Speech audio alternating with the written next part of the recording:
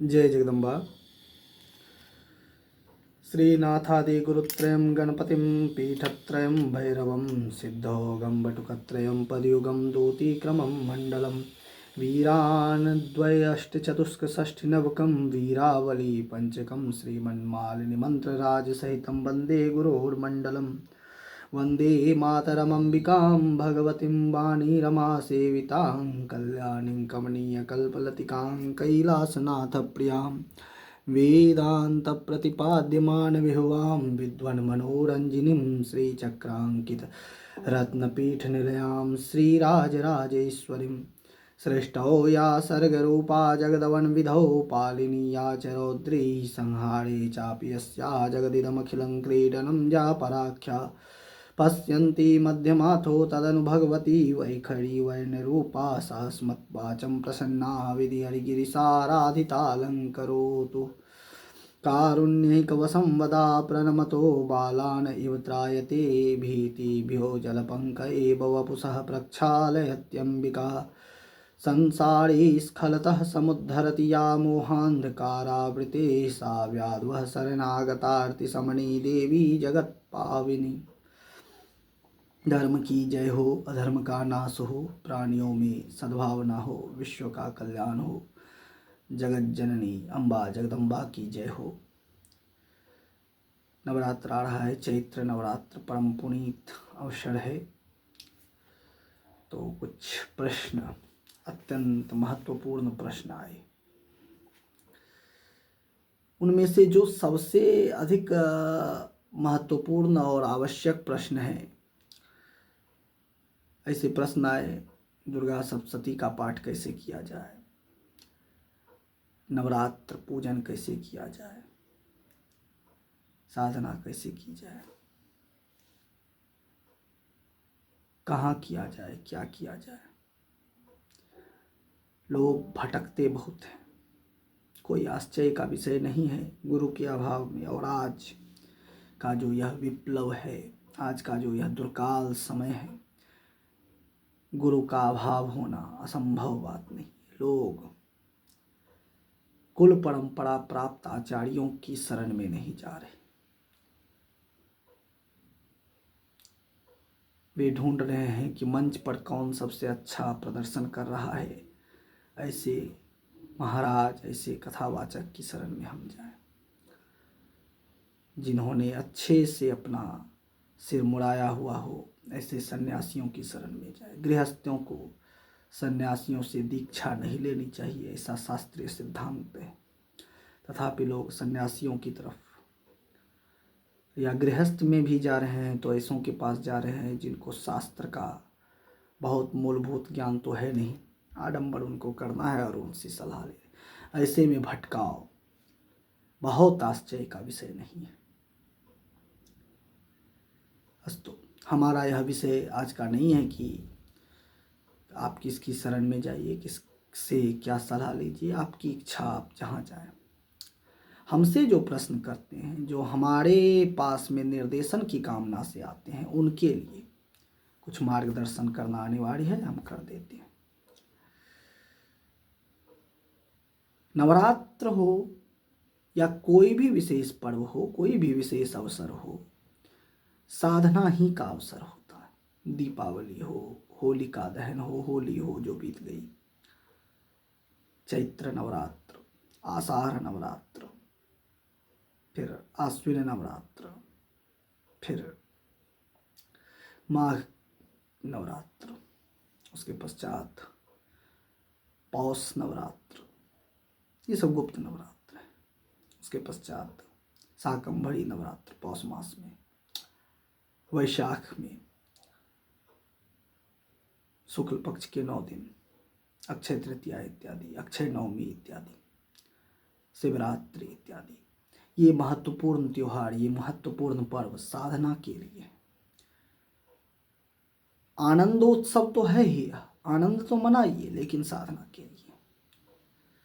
नवरात्रों में कैसे साधना की जाए? अगर आपको कुछ नहीं आता है तब भी कोई एक स्तोत्र, कोई एक मंत्र, उसकी साधना कीजिए। नवरात्र में पूजन और साधना का विशेष महत्व रात्रि में साधना का है। आप दिन में 10 माला जप कीजिए, रात में 1 माला जप कीजिए, आपकी का वह 1 माला जप रात दिन के 10 माला जप के बराबर होगा। तो रात्रि जागरण करने का महत्व है। नवरात्र इसीलिए नाम भी है। रात्रि में, दिन में भी पूजन कीजिए, साधना कीजिए, अनुष्ठान कीजिए, खूब कीजिए, लेकिन रात में यथा सामर्थ्य जप और हवन करना चाहिए। नवरात्र में विशेष रूप से सप्तमी, अष्टमी और नवमी तिथि में रात्रि साधना अवश्यमेव करना चाहिए। नवरात्र मंत्र की जागृति का अवसर है। कोई एक मंत्र उसकी जागृति के लिए नवरात्र अमोघ है। कोई एक मंत्र, भगवती का मंत्र हो अच्छी बात है, नहीं है तो फिर कोई भी। अच्छा, केवल मंत्र नहीं, स्तोत्र भी, कवच। यदि आपने अब तक किसी कवच को सिद्ध नहीं किया है तो कोई कवच, चंडी कवच सही, कोई भी कवच, प्रत्यंगिरा कवच, नरसिंह कवच, देवी कवच, कालिका कवच, वैरीनाशन, शत्रुनाशन कालिका कवच, और भी बहुत सारे। और ये भी नहीं तो सावरी कवच, जिसमें सबका अधिकार है और बहुत प्रभावशाली है। तांत्रिक हैं तो उनको कवच इत्यादि पहले से सिद्ध रहता है। अस्त्र सिद्ध करने चाहिए, अस्त्र मंत्रों को सिद्ध करना चाहिए, सामर्थ्य अर्जित करना चाहिए। आग लगने पर तो कुआं खोदने जाएंगे नहीं, तो जब विपत्ति आएगी तब अस्त्र सिद्ध करके फिर अस्त्र चलाएंगे, ऐसी तो बात है नहीं। पहले से सिद्ध रहेगा तो चलाने का सामर्थ्य होगा। मंत्रों को सिद्ध करके रखिए, अस्त्रों को सिद्ध करके रखिए। वो भी नहीं कर सकते या आप उसमें अधिकृत नहीं है, किसी भी एक पुष्टिवर्धक स्तोत्र को पकड़िए, 9 दिनों में उसका पाठ कीजिए, खूब पाठ कीजिए।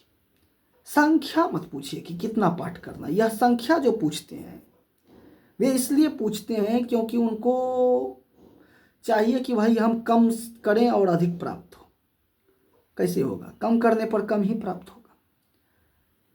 सिद्ध करने का जब जिद्द आएगा, जुनून आएगा, तो संख्या निर्धारित नहीं होगी। अहरनिश जपते रहिए स्तोत्रों को। अगर आप एक दिन में 100 पाठ कर सकते हैं किसी स्तोत्र के तो 100 करेंगे, 200 कर सकते हैं 200 करेंगे। अगर आप मंत्र जप कर रहे हैं तो आप 10,000 जप कर सकते हैं एक दिन में तो 10,000 करेंगे। नहीं जप कर सकते तो जितना कर सकते उतना करेंगे। करना चाहिए। बात यह है कि लोग करते नहीं हैं। प्रश्न तो खूब है, लेकिन कर्म कैसे करना है ये पता नहीं। कोई भी स्तोत्र लीजिए, कोई भी जो आपके लिए लाभदायक है, कोई भी मंत्र लीजिए, कोई भी सतनाम लीजिए जिसमें आपका अधिकार है, कोई भी सहस्त्र नाम लीजिए जिसमें आपका अधिकार है। बिना गुरु आज्ञा के ककार आदि सहस्त्रनाम, एकाक्षरी सहस्त्र नाम न करें, गुरु से निर्देश लेकर के करें। एकाक्षरी सहस्त्र नाम कहते जैसे ककार आदि कालिका सहस्त्र नाम, गकार आदि गणपति सहस्त्र नाम, दकार आदि दुर्गा सहस्त्र नाम, उसी प्रकार से ये एकाक्षरी सहस्त्र नाम है। ये ना करें, सतनाम करें, सहस्त्र नाम भी करें। विष्णु सहस्त्र नाम है, ललिता सहस्त्र नाम है, इसके पाठ में सबका अधिकार है, इसमें कहीं कोई दो राय नहीं। अब ये कोई न कहे कि ललिता सहस्त्र नाम के पाठ में इसका अधिकार, गणपति सहस्त्र नाम, अन्नपूर्णा सहस्त्र नाम, इसके पाठ में अधिकार नहीं, अधिकार की बात वहाँ नहीं। पुराण, मूल रूप से जो स्तोत्र पुराण ही से उत्पन्न हुआ है, पुराण ग्रंथ से ही है, जिसकी उत्पत्ति का मूल स्रोत पुराण है, उसमें सबका अधिकार है। जिसकी उत्पत्ति का मूल स्रोत पुराण नहीं है उसमें गुरु आज्ञा का अधिकार है। चाहे वह तंत्र से उत्पन्न हुआ हो, चाहे वेद से उत्पन्न हुआ है तो द्विजों का अधिकार है, और वेद से उत्पन्न नहीं हुआ है, तंत्र उसका मूल है, तो सबका अधिकार है उसमें, लेकिन फिर गुरु की आज्ञा से। अस्तु, ये सब अलग विषय है, गुरु परंपरा की बात है। हम ये नहीं कह रहे कि आप जो मान रहे हैं उसको मानना छोड़ दीजिए। आप अगर सहस्त्र नामों में भी कहीं गुरु परंपरा मान रहे हैं तो आप जिस परंपरा का पालन कर रहे हैं कीजिए। कुछ नहीं तो 40 का पाठ कर सकते हो, उसमें तो मानते हो ना सबका अधिकार, 40 पाठ करो, कोई विवाद का विषय नहीं है। हम विवाद के लिए नहीं कहते हैं कि भाई इसमें आप अधिकार मानते हैं इसमें नहीं मानते। आजकल बिना अधिकार के तो गायत्री जप रहे हैं, जिसमें कि कहीं स्वप्न में भी अधिकार नहीं हो सकता है, उसको कर रहे हैं, तो इसमें फिर क्या कहा जाए। गायत्री का अधिकार केवल द्विजों को है, वह भी गुरु परंपरा से प्राप्त होगा तो तभी कर रहे हैं। कैसे करें? कुछ खास नहीं करना है, कुछ खास विशेष नहीं करना है, ऐसा ऐसा मन में संकल्प लेकर के नहीं चलना है कि भाई ये करेंगे तो ही हमको लाभ होगा। कुछ नहीं तो दुर्गा नाम का जप कीजिए, राम नाम का जप कीजिए, उससे भी लाभ है। प्रथम दिन प्रतिपदा 19 तारीख को है, 19 मार्च को है, उस दिन संकल्प लीजिए। हिंदी में लीजिए, कोई दिक्कत नहीं है। संस्कृत में आपको नहीं हो सकता, संस्कृत में आ सकता है, अच्छी बात है। नहीं आ सकता, हिंदी में लीजिए।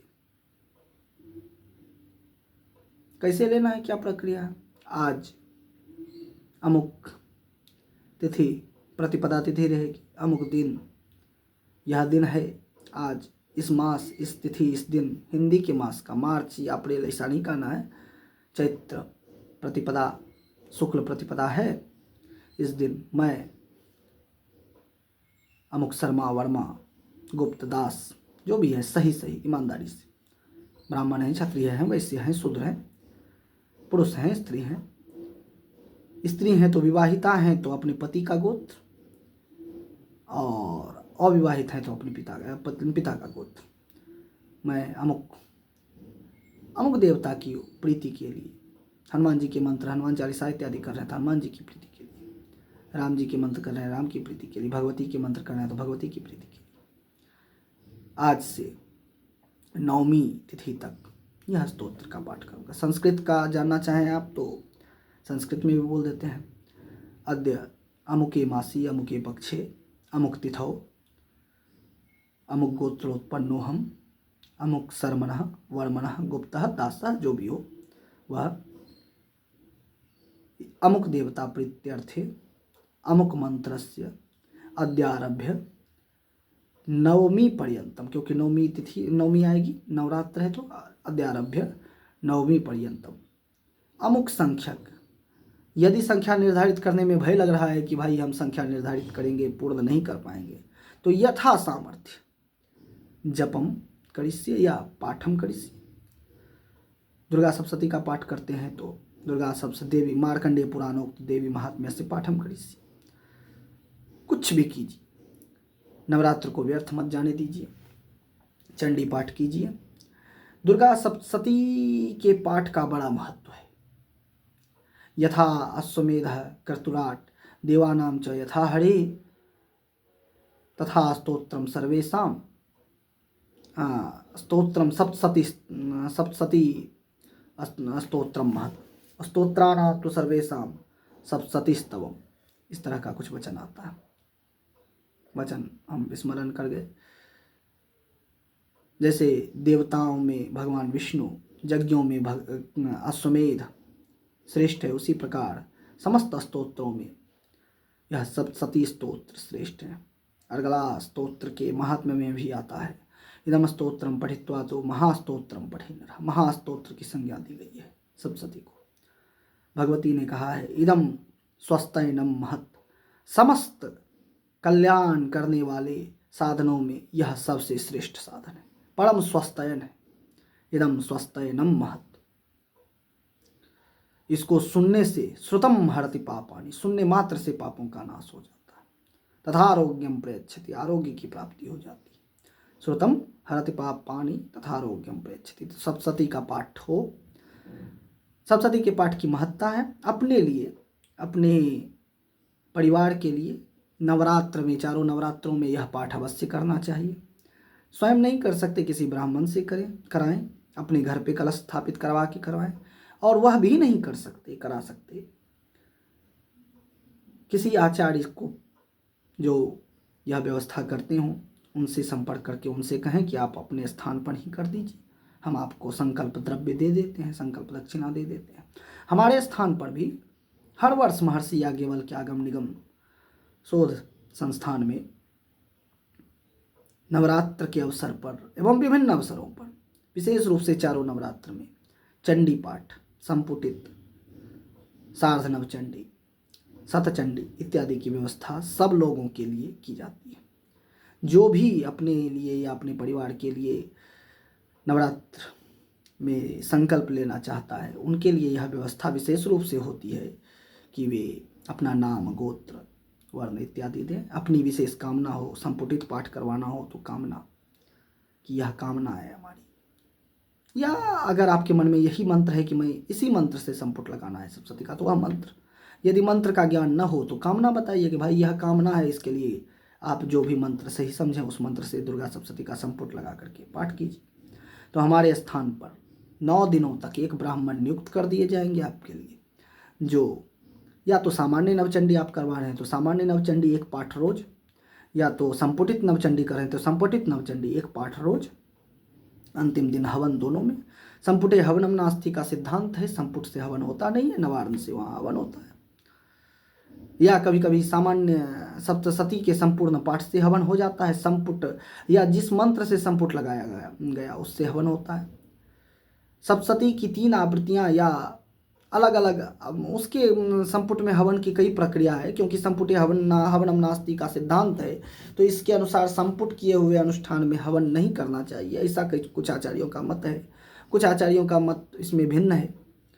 हम लोग क्या करते हैं कि जो मंत्र जिसे संपुट लगाया गया उसी से हवन करते हैं, उतनी संख्या पूरा देते हैं, दशांश जो होता है सत्य 2100, हाँ उतना, और फिर उसकी जो जैसे होती है नवचंडी की दशांश एक आवृत्ति दुर्गा सप्तशती और फिर उसका संपुट। खैर, तो इस प्रकार से अंत में हवन इत्यादि की व्यवस्था हमारे संस्थान में होती है और खूब सुंदर तरीके से हर वर्ष चारों नवरात्र में यह चंडी पाठ होता है। तो आप वह भी कर सकते हैं, अनिवार्य नहीं कि वह भी करें कुछ, लेकिन करें अपने स्थान पर। चाहे 40 पाठ का संकल्प ले लें, दुर्गा चालीसा 11,000 पाठ से सिद्ध हो जाता है, विंध्याचल चालीसा 9,000 पाठ से सिद्ध हो जाता है। विंध्य चालीसा, कुछ आचार्यों का मत है कि विंध्य चालीसा भी 11,000 पाठ से सिद्ध होता है। ठीक है, 11,000 या 9,000 पाठ से सिद्ध ही अलग विषय है, जागृत हो जाना अलग विषय है, लेकिन इतने पाठ से हो जाता है, कार्य करने लग जाता है। पाठ का संकल्प लें, प्रतिदिन 100 पाठ कम से कम, अगर 40 का कर रहे हैं तो कम से कम। साधना का मतलब पाखंड तो हो नहीं सकता, समय भी नहीं देंगे और साधना भी करना चाहेंगे तो यह तो संभव है नहीं। 100 पाठ कम से कम चंडी पाठ, क्षमा कीजिए, 40 का कीजिए। हमारी माता जी बहुत पहले क्या करती थी, 100 पाठ हनुमान चालीसा इत्यादि की कर दिया करती थी। बहुत सारे हमारे शिष्य जो हमसे दीक्षित हैं वे भी हमसे आज्ञा लेकर के हनुमान चालीसा के 100 पाठ कर रहे हैं, उनको अनुभव भी होते हैं। नवरात्र में नवचंडी पाठ जो करते हैं, कुछ ऐसे भी हैं जो अकेले ही नवरात्र में शतचंडी कर जाते हैं, 12-12 घंटे 15-15 घंटे बैठते हैं, 10-10 पाठ एक दिन में कर जाते हैं, शतचंडी कर जाते हैं। कुछ आचार्य हैं ऐसे। तो साधना करनी होगी, ऐसे कार्य नहीं चलेगा। प्रक्रिया क्या है, संकल्प ले लिए प्रथम दिन, अच्छा बैठे, आचमन कर लिए, केशवाय नमः, नारायणाय नमः, माधवाय नमः, हाथ धो लिए, ऋषिकेशाय नमः, ऐसे करके थोड़ा सा बिंदु मात्र लेकर के ऋषिकेशाय नमः, जनार्दनाय नमः, गोविंदाय नमो नमः। शिखा है तो शिखा का बंधन कर लिए या स्पर्श मात्र कर लिए, तिलक धारण कर लिए। शिखा का मंत्र है चिद्रूपिणी महामाये दिव्य तेज समन्विते तिष्ठ देवी शिखा मध्य तेजो वृद्धि कुरु सुमे। अलग अलग मंत्र हैं, ऐसा नहीं है कि केवल वेद मंत्र में मानस्तों के इत्यादि, या गायत्री मंत्र से भी कुछ करते हैं, गुरु मंत्र से भी करने का विधान है। बहुत सारे मंत्र हैं, उनमें से कोई एक मंत्र लेकर के शिखा बंधन कर लें, आसन का स्पर्श करें, पृथ्वी को प्रणाम करें। मंत्र याद है पृथ्वी द्वया धृतालो का तो ठीक, यदि मंत्र नहीं याद हो तो पृथ्वी को स्पर्श मात्र करके प्रणाम कर लें। आसन पे ही बैठें, बिना आसन के साधना नहीं होती है, आसन पर बैठ करके साधना करें। पाठ का संकल्प लें, दीप जलाएं, संभव हो तो घी का दीप, यदि न संभव हो तो तिल तेल का दीप। घी का दीप अपने दाहिने और तिल तेल का दीप अपने बाएं जलाया जाता है। जब तक पूजन चल रहा हो तब तक कम से कम अखंड दीप जले। ऐसा कोई विधान नहीं है कि आप 24 घंटे 9 दिनों तक अखंड लगाएं। यदि लगा सके, दीप रख सके तो सर्वोत्तम है। लेकिन संकल्प लेकर के यदि आप अखंड दीप 9 दिनों तक जलाते हैं और वह खंडित हो जाता है तो उसका प्रायश्चित बहुत बड़ा है। इसीलिए हम सलाह नहीं देते कि आप 9 दिनों का अखंड दीप जलाइए। हाँ, पूजन काल में जब तक आपकी साधना चल रही है तब तक वह दीप जलता रहे, बुझे नहीं। इस बात का विशेष ध्यान रखना है। घी का दीप जलाएं तो यह ध्यान रखें कि घी सर्वोत्तम क्वालिटी की हो। यदि आपको संदेह है जरा सा भी कि घी सर्वोत्तम क्वालिटी की नहीं है तो कृपया उस घी के दीप को जलाने से अच्छा है कि तिल तेल का दीप जलाइए। घी में भी स्तर शास्त्र में बताया गया है। गाय का देसी गाय का शुद्ध घी हो, यदि न हो तो महिष का घी हो, यदि वह न हो तो अज यानी बकरी उसका घी हो। यदि उसकी शुद्धता पर भी आपको संदेह है तब आप तिल तेल का प्रयोग कीजिए, ऐसा शास्त्र का आदेश है। बिल्कुल भैंस के घी का भी प्रयोग होता है और बकरी के भी घी का प्रयोग होता है, लेकिन हो तो शुद्ध हो, अन्यथा न हो। सरसों तेल का भी प्रयोग मारन इत्यादि में होता ही है, अन्यत्र भी कई प्रमाण हैं। तो घी इत्यादि जो भी उपलब्ध हो शुद्ध, उसका दीप जलाएं। अगरबत्ती न जलाएं, धूप का प्रयोग करें। गाय के गोबर के कंडे, जिसको हमारे क्षेत्र में गोईठा, महाराष्ट्र की तरफ गौड़ी कहा जाता है, उत्तर प्रदेश में कंडा कहा जाता है। तो आप लोग अपने अपने क्षेत्र के अनुसार भाषा समझिए। गाय के सूखे गोबर को लेकर के उसका दीप उसको जलाइए और उसमें थोड़ा घुगुल, धूप इत्यादि दे करके, सुगंधित द्रव्य दे करके उसको जलाइए। उसका धूप कीजिए पूरे घर में। धूप यदि बिना कोई साधना के भी प्रतिदिन यदि केवल पूरे घर में धूप जलाया जाता है और धूप का धुआं, इस प्रकार के धूप का धुआं दिया जाता है, 1-2 मंत्र हैं उससे अभिमंत्रित करके, तो उस घर से प्रेत प्रायः भाग जाते हैं। प्रेत बाधा या नकारात्मक ऊर्जा उस घर में नहीं रहती। जहाँ हवन इत्यादि होता है वहाँ भी नहीं रहती। तो विधिवत ये करना चाहिए, कोई संदेह नहीं। यदि आप इस प्रकार से साधना करेंगे तो आपको विशेष लाभ होगा। हमारे स्थान पर चंडी पाठ इत्यादि करवाना हो तो इनबॉक्स में हमसे संपर्क कीजिए। यदि आपके पास हमारा फ़ोन नंबर है तो हमको निसंकोच कॉल कीजिए। सिर्फ यह जानने के लिए कि चंडी पाठ की दक्षिणा इत्यादि की क्या है, उसी के लिए कॉल किया कीजिए। व्यर्थ में डिस्टर्ब करने के लिए कोई कॉल करने की ज़रूरत नहीं है। आप मैसेज कीजिएगा तो आपके समस्त प्रश्नों के उत्तर हम देते ही हैं। हमने कभी किसी को प्रश्न करने पर रोका नहीं है और सामान्य प्रश्नों के समाधान में हमारी कोई दक्षिणा नहीं होती। कुंडली इत्यादि के लिए दक्षिणा होती भी है, सामान्य प्रश्नों के निवारण में कोई दक्षिणा नहीं होती, सामान्य समाधान हम कर ही देते हैं। तो संपर्क कीजिए। यदि आप लोगों को चंडी पाठ करवाना हो तो भी उसके लिए भी आप हमको फ़ोन कीजिए और संपर्क कीजिए। भगवती आप सबका मंगल करें, शुभ करें, कुछ भी कीजिए। तो एक कविता याद आ गई, कुछ न करेगा किया करेगा रे मनुष्य बस कातर क्रंदन। यदि आप कुछ नहीं करेंगे तो बस रोते रह जाएंगे। एक कविता थी, कुछ भी बन बस कायर मत बन। हाँ, ठोकर मार पटक मत माथा, तेरी राह रोकते पाहन। कुछ न करेगा क्या करेगा रे मनुष्य बस कातर क्रंदन। कुछ भी बन बस कायर मत बन। ये भी कायरता ही है एक प्रकार की कि आप मार्ग का त्याग करके, साधना का त्याग करके बस छोटे छोटे रास्ते अपनाना चाहते हैं। साधना कीजिए, अनुष्ठान कीजिए, समय का सदुपयोग कीजिए। नवरात्र सर्वोत्तम समय है साधना के लिए, इससे उत्तम और समय क्या हो सकता है। भगवती आप सबका मंगल करें, शुभ करें। जय जगदम्बा।